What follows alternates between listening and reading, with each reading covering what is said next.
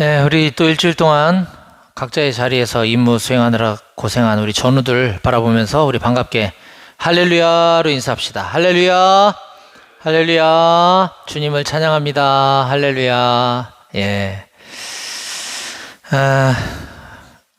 매일 반복되는 일상 속에서 어떻게 보면 자칫 루즈하기도 하고 또 매너리즘에 빠질 수도 있는 게 군 생활인데, 그럴 때일수록 여러분들 안전사고 없도록 각별히 유의하시고 또 개인의 건강과 또 위생관리에도 좀 유념해 주시기를 제가 부모의 심정으로 말씀드리겠습니다. 다치지 말고 아프지 말아야 돼요. 군 생활은 다치지 말고 아프지 말자. 다 같이 따라해 봅시다. 다치지 말고 아프지 말자.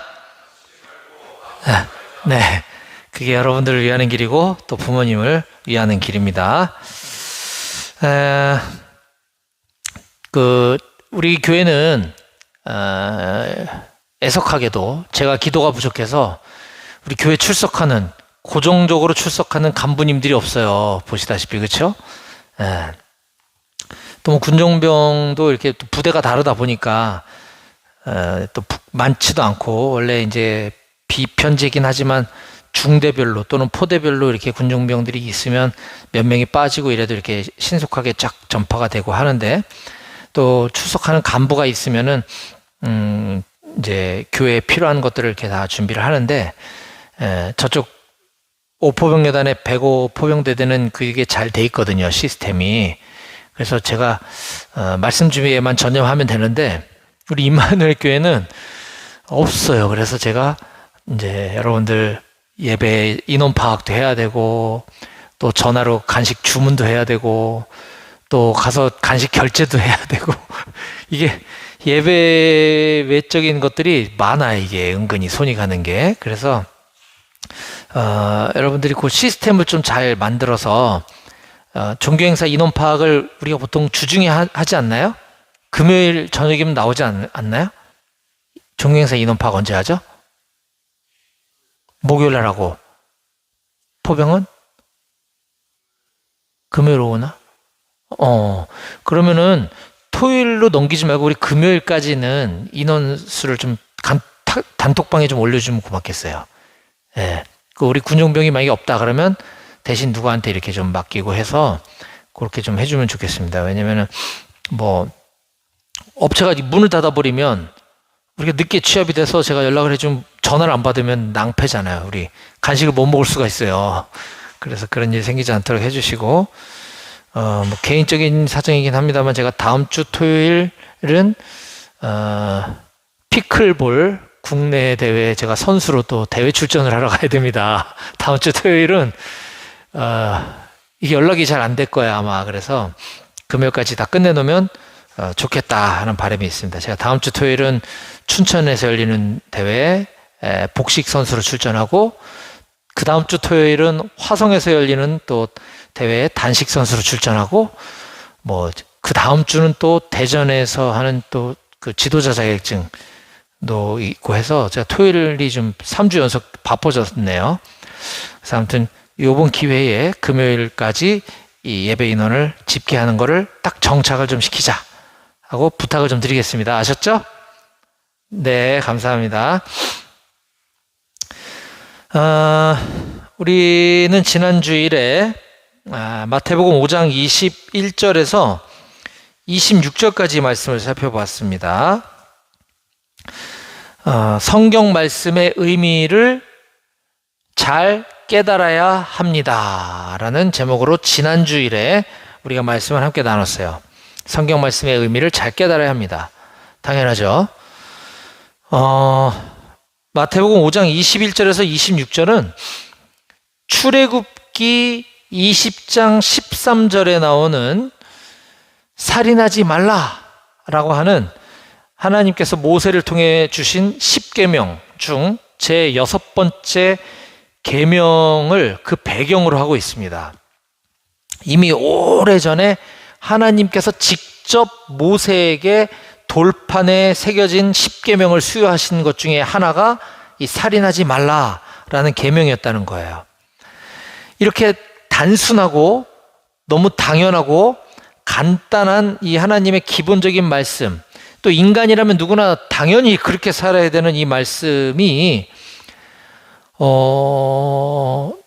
정말 이거는 뭐 일반 사람도 충분히 할 수 있는 저 말을 하나님이 인간에게 주신 10가지 계명, 압축하고 10가지가 중요하다라고 내려주신 계명 안에 이게 들어가 있다라고 하는 것은 우리가 많은 생각을 해봐야 되는 겁니다. 그런데 세월이 흐르는 동안 그 원래 의도하셨던 하나님의 그 이 말씀의 핵심은 어디론가 사라져버리고 인간들에 의해 2가지 심각한 문제가 초래되게 되었다라고 했어요. 첫 번째는 하나님의 말씀을 자의적으로 해석해서 여기에 뭔가 군더더기를 붙여가지고 확대 해석하는 우를 범했다. 그래서 예수님께서는 그거를 바로 잡아 주시려고 지금 마태복음 5장에 산상설교를 하고 계신 것이다 라고 했어요. 그래서 이렇게 말씀하십니다. 예수님의 말씀이에요. 옛 사람에게 말한 바 살인하지 말라. 누구든지 살인하면 심판을 받게 되리라 하였다는 것을 너희가 들었으나, 너희는 그렇게 들어왔으나, 너희가 그렇게 배워왔으나, 어떻게? 살인하지 말라. 누구든지 살인하면 심판을 받게 되리라고 배워왔으나 나는 너희에게 다음과 같이 가르치겠다라고 하시는 거예요. 보시다시피 원래 하나님 말씀은 출애굽기 20장 13절에 이게 다죠. 그러나 누구든지 살인하면 심판을 받게 되리라라고 하는 저게 덧붙여진 거예요. 하나님 말씀에. 이것은 원래 하나님의 말씀에 없는 말을 인간이 첨가해 넣은 거죠. 그러면서 하나님을 대신해서 자신들이, 우리 인간들이 심판자의 자리에 앉으려고 하는 교만이 들어가 있다라고도 할 수가 있었습니다. 그리고 또 다른 심각한 문제 중에 하나는 이 살인하지 말라라는 계명은 인간이라면 누구나 그냥 가만히 있어도 다 지켜지게 돼요. 그렇지 않나요? 나 살인하지 말아야지. 참아야 돼. 이래서 살인이 안 일어나는 게 아니라는 거죠. 아마 전 국민의 99.999%는 그냥 저절로 이 계명이 지켜지는 거예요. 그렇지 않나요? 네. 근데 앞서도 말씀드렸듯이 하나님이 인간들에게 주신 계명, 너희들은 이 10가지는 꼭 반드시 지켜라.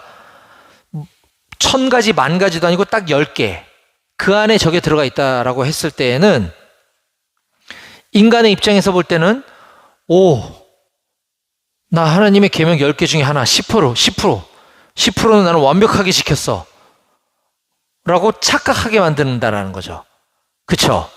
그래서 자신을 마치 거룩한 삶을 살고 있는 것인 양 착각하게 만든다.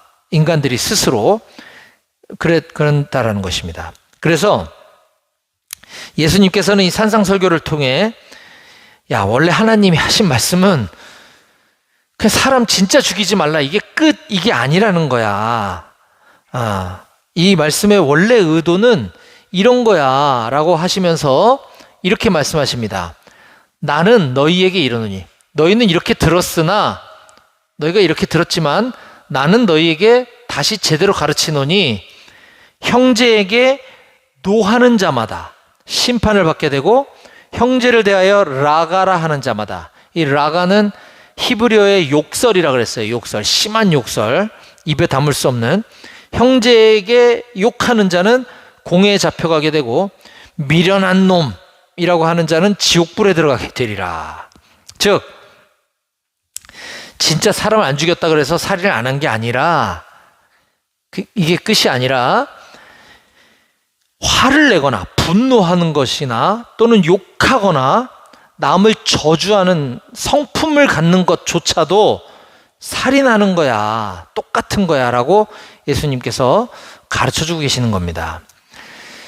우리 기독교 신앙은 우리가 반드시 알아야 될 기독교의 핵심 강령이라고 할 수 있는 것은 바로 하나님을 사랑하고 이웃을 사랑하는 겁니다. 믿으시죠? 아멘? 네. 기독교는 뭐 하는 종교인데? 라고 한다면 딱 그거예요. 우리는 하나님을 사랑하고 이웃을 사랑하는 종교라는 거예요. 이 모든 성경 말씀, 하나님의 가르침, 이 모든 것들은 그 안에서 다 해석되어질 수가 있고 또 그렇게 설명되어질 수 있어야 돼요. 하나님을 사랑하고 이웃을 사랑. 그래서 이 살인하지 말라라는 것은 그냥 살인 안 했다고 끝이 아니라 거기서 우리가 만족할 것이 아니라 이웃을 사랑하는 데까지 나아가야 살인하지 않은 거가 된다라는 것이에요.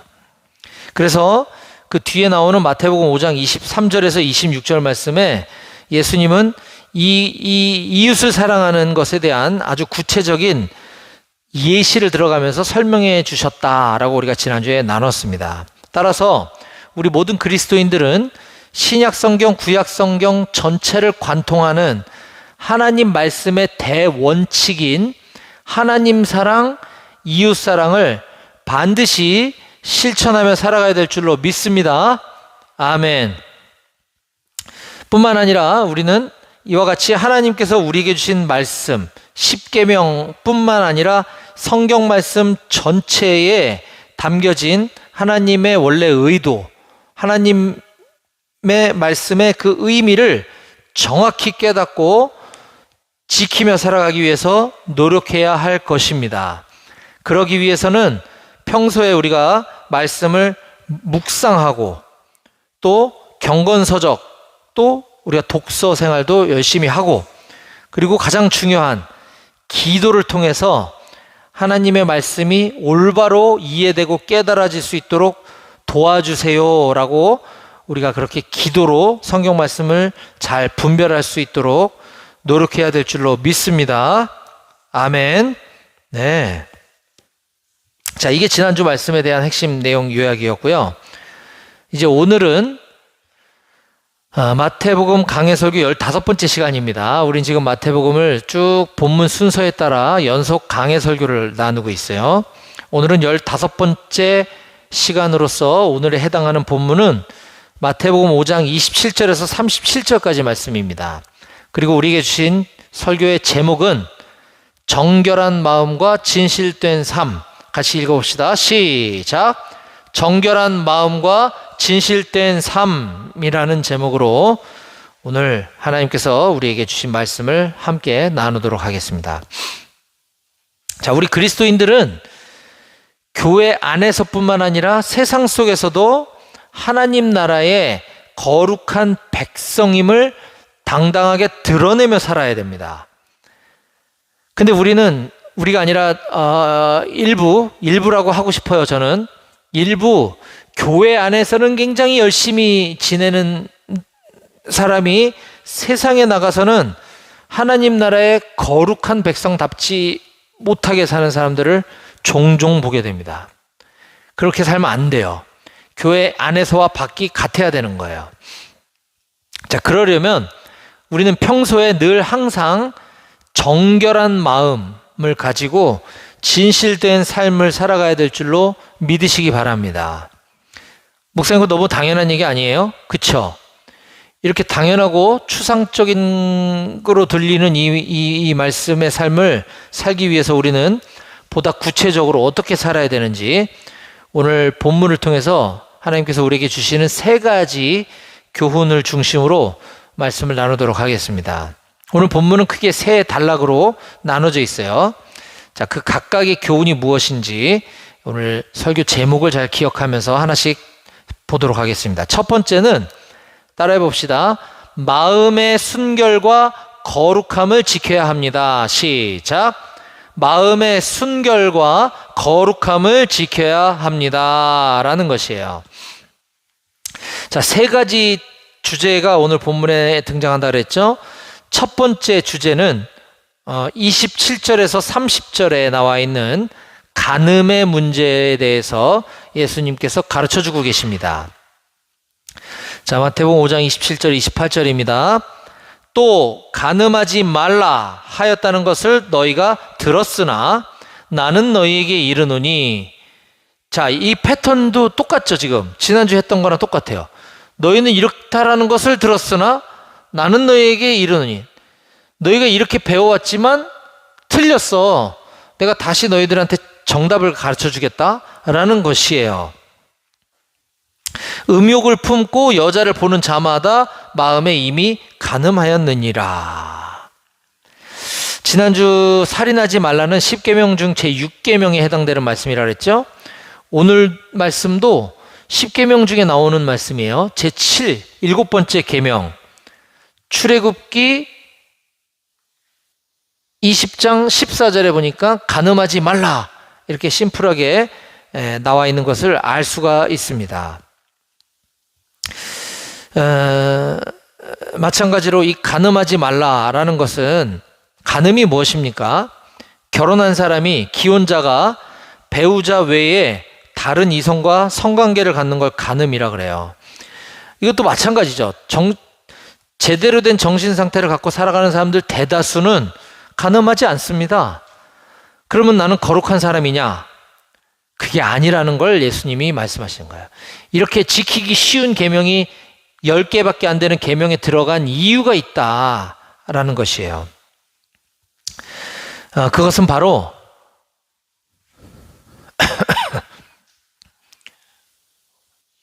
어디 갔어?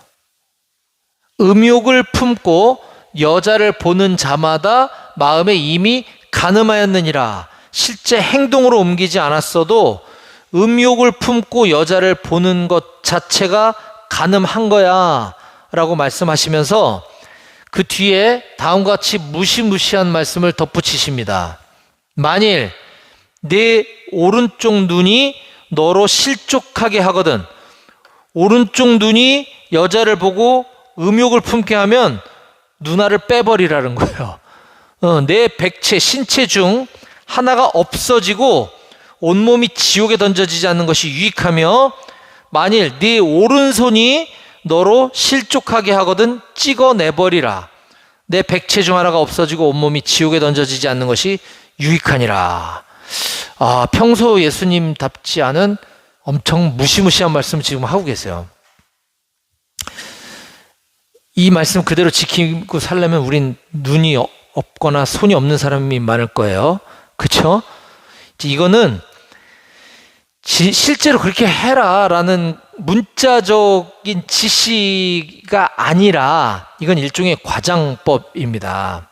그러나 예수님은 그만큼, 그 정도로 하나님 나라의 자녀들은 마음의 의도까지도 심판하시는 하나님의 눈을 의식하고 살아야 한다라는 것을 강조하신 것입니다.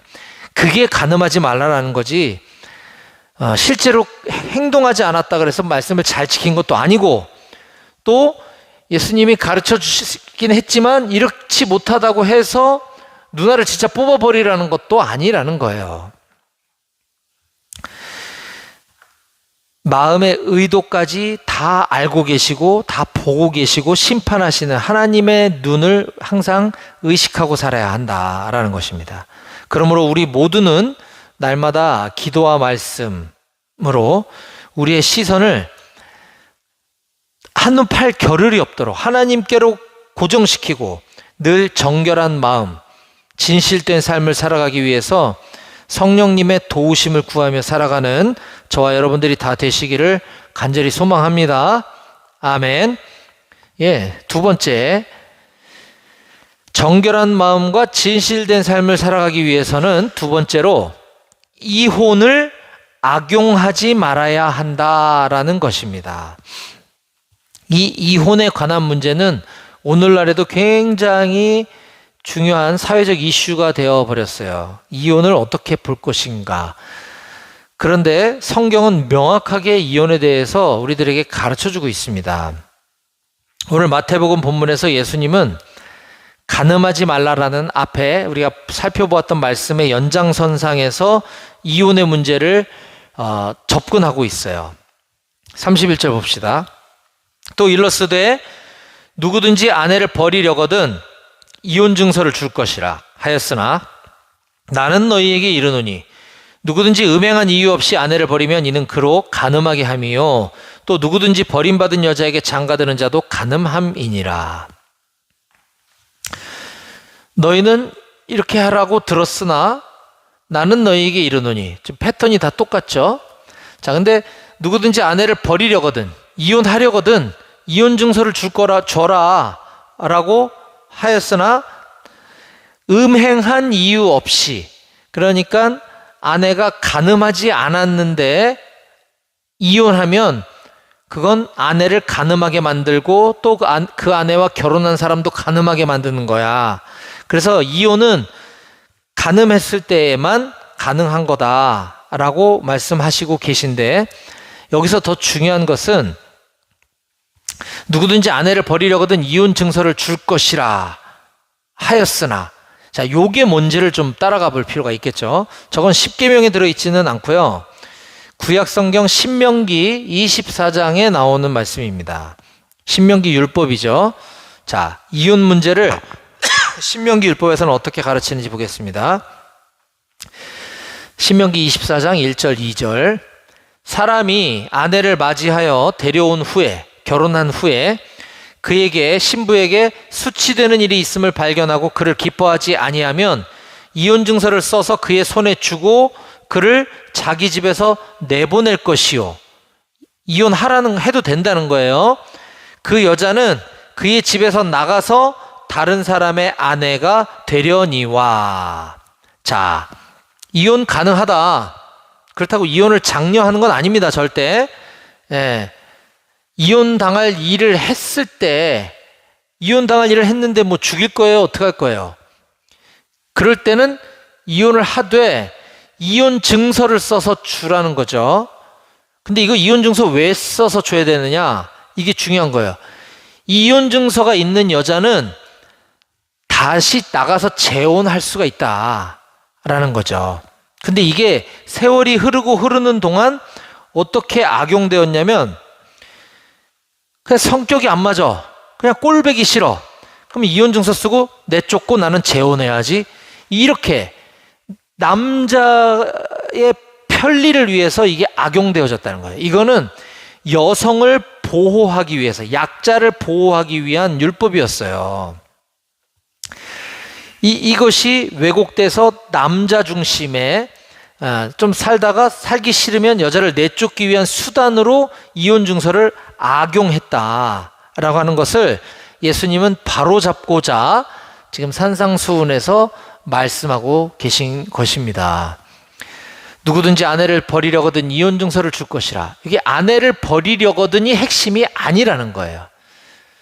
정말 몹쓸 짓을 저질러서 이혼 당해야 될 일이 생겼지만 그럼에도 불구하고 다시 새로운 인생을 살게 해주도록 여자에게 이혼 증서를 써서 주라는 거죠. 네.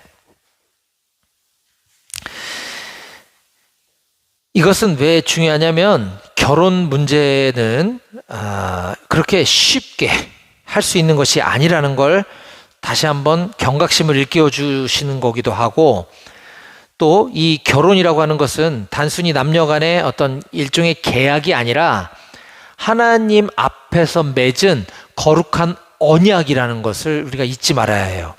그러니까 이혼은 함부로 해서는 안 되는 것입니다. 근데 살다 보니 어찌어찌 하다가 보니 어쩔 수 없이 해야 되는 경우가 생겼을 때 다시 남자건 여자건 새롭게 출발할 수 있는 안전장치가 이렇게 구약시대부터 있었던 것이다 라는 것을 우리가 알 필요가 있고, 장차 여기 있는 우리 사랑하는 용사들 대부분은 아마 결혼을 하게 될 것 같은데, 오늘 이 결혼 문제에 대한, 결혼과 이혼 문제에 대한 예수님의 가르침을 잘 기억하고 가정을 아름답게 가꾸는 여러분들이 다 되시기를 주님의 이름으로 간절히 축복합니다. 아멘. 네, 이거 매우 중요한 거예요. 이혼은 쉽게 해서는 안 된다라는 걸 명심하시기 바랍니다. 자, 마지막 세 번째, 끝으로 정결한 마음과 진실된 삶을 살아가기 위해서는 진실된 말과 행동으로 하나님 앞에서 그리고 이웃들 앞에서 신뢰를 쌓아야 된다는 거예요. 자, 마태복음 5장 33절입니다. 또 옛사람에게 말한 바 헛맹세를 하지 말고 네 맹세한 것을 주께 지키라 하였다는 것을 너희가 들었으나. 예. 그러니까 예수님이 얼마나 답답하셨겠어요. 예수님은 하나님이시죠. 삼위일체 하나님이에요. 하나님이 옛날에 구약에 다 가르쳐 줬는데 이것들이 말귀를 못 알아듣고 엉뚱하게 자꾸 해석하고 엉뚱하게 살아가니까 답답하신 성자 하나님이 내려오셔서 다 교정해주고 계신 거예요. 지금 오답노트 풀이해주고 계시다는 거예요. 너희가 이렇게 들었지만 내가 제대로 다시 가르쳐준다. 맹세에 대해서 예수님이 지금 세 번째로 말씀하고 계신 겁니다. 자, 그러면 이 부분, 옛사람에게 말한 바 헛맹세를 하지 말고 네 맹세한 것을 주께 지키라 라고 하는 이 말씀이 어디 나오냐? 이것은 레위기 19장 12절 말씀을 예수님이 인용하신 겁니다. 자, 너희는 내 이름으로 거짓 맹세함으로 네 하나님의 이름을 욕되게 하지 말라. 나는 여호와이니라. 자, 구약의 율법은 거짓 맹세를 금지했지만 이것은 거짓말로 맹세하지 말라라는 데서 국한된 것이 아니라 맹세 자체를 해서는 안 되는 거야 라고 이렇게 말씀하시는 겁니다. 예수님께서 나는 너희에게 이르노니 도무지 맹세하지 말지니 하늘로도 하지 말고 땅으로도 하지 말고 예루살렘으로도 하지 말고 네 머리카락으로도 하지 마라. 네가 머리카락 한 터럭이라도 머리카락 한 가닥이라도 희게 하거나 검게 할 수 있냐? 라고 지금 말씀하고 계시는 거예요. 거짓 맹세뿐만 아니라 맹세라는 것 자체를 하지 말라는 겁니다. 자, 이 말씀을 하시게 된 배경이 있는데 예수님 당시에 유대 사회는 이 아까 레위기부터 시작돼서 쭉 세월이 흐르는 동안 맹세에 대한 온갖 또 세부 시행 규칙들을 막 만들었어요, 사람들이. 그래서 어떤 맹세는 반드시 지켜야 되고 어떤 맹세는 좀 지키지 않아도 괜찮고 뭐 이렇게 여기는 풍조가 있었습니다. 그래서 예수님은 그런 거 다 회파하시고 맹세 자체를 거부하시는 거예요. 맹세가 필요 없는 사회, 특히 우리 그리스도인들은 우리 말로 신뢰를 얻어야 돼. 맹세라는 게 왜 필요한 겁니까? 사람들이 내 말을 안 믿어주니까. 그쵸? 아, 답답해 죽겠네. 내가 맹세할게. 이렇게 하는 거잖아요. 또는 반대로 사람들이 상대방의 말을 의심하니까 너 그거 맹세할 수 있어? 맹세해봐. 이러는 거잖아요. 그럴 필요가 없을 만큼 우리 그리스도인들은 정직한 말과 행동, 진실된 삶을 살 때 맹세 자체가 필요 없게 되는 거야 라고 하시는 겁니다. 그러면서 하나님 나라의 백성들이, 우리 그리스도인들이 자신의 진실됨을 증명하는 데에는 yes 또는 no, 옳다 아니다 라는 대답이면 충분할 정도로 살아가야 돼 라고 37절에서 이렇게 말씀하십니다. 오직 너희 말은 옳다 옳다, 아니라 아니라 하라. 이에서 지나는 것은, 이 이외의 것은 악으로부터 나느니라. 네. 맹세란, 다시 한번 강조합니다, 자기 말에 대한 신뢰가 부족할 때 하는 게 맹세입니다. 따라서 우리 그리스도인들은 항상 정결한 마음, 진실된 행동으로 올바른 말, 정직한 말을 하며 살아가야 될 줄로 믿습니다. 아멘.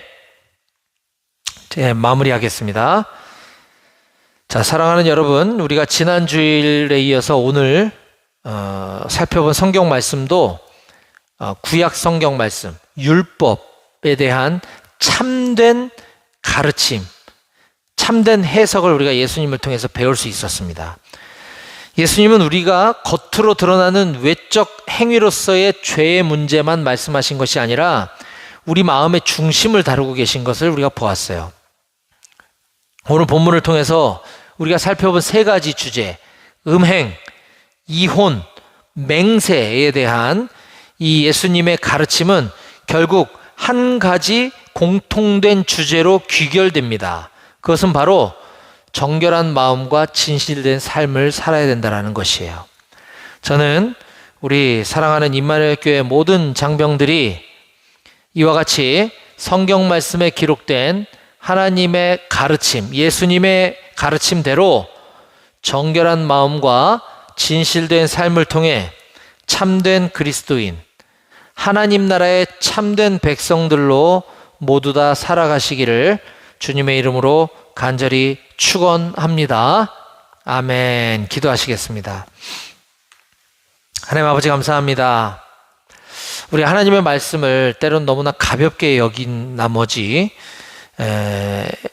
이와 같은 주제의 말씀을 접할 때 이것이 도덕적인 교훈, 윤리적인 가르침인 줄 착각하고 내가 살인하지 않거나 간음하지 않거나 이혼하지 않거나 거짓 맹세하지 않았으면 내가 올바로 살아가고 있는 줄 착각하며 살았습니다.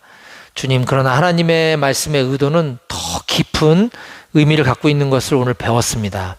주님, 바라기는 우리 여기 있는 임마누엘 교회 모든 청년들과 제가 앞으로 더욱더 정결한 마음으로 하나님 앞에서 진실된 삶을 살아갈 수 있도록 주님 도와주시옵소서.